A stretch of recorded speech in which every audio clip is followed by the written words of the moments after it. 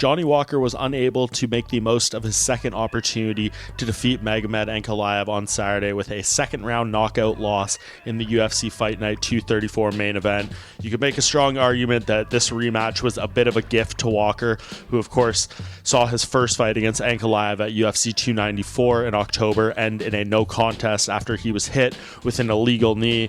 You could say maybe that fight should have been a disqualification.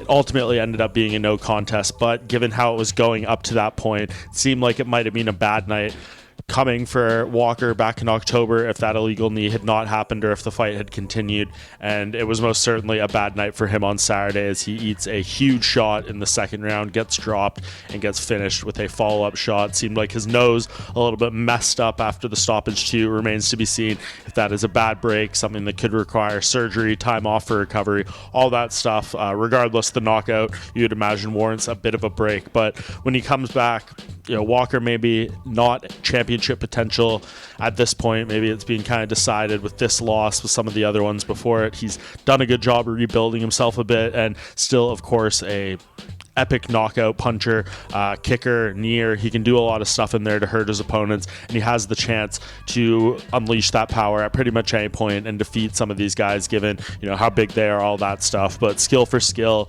certainly a tier above him in this division at this point. I think that's being established, but still a lot of fun fights you could make for him. And in a weight class like this, you never know, if things fall in your favor. Maybe you end up in a title fight or something like that one day, but he is certainly back into the rebuilding stage here and is going to need to put together a bit of a streak. And I think there is some fun fights available for him. You could do a Khalil Roundtree matchup, who is on a winning streak and deserves a step up in his own right. Another name that's certainly on an upward surge and a winning streak is Alonzo Menafield, and I think that would be a lot of fun as well.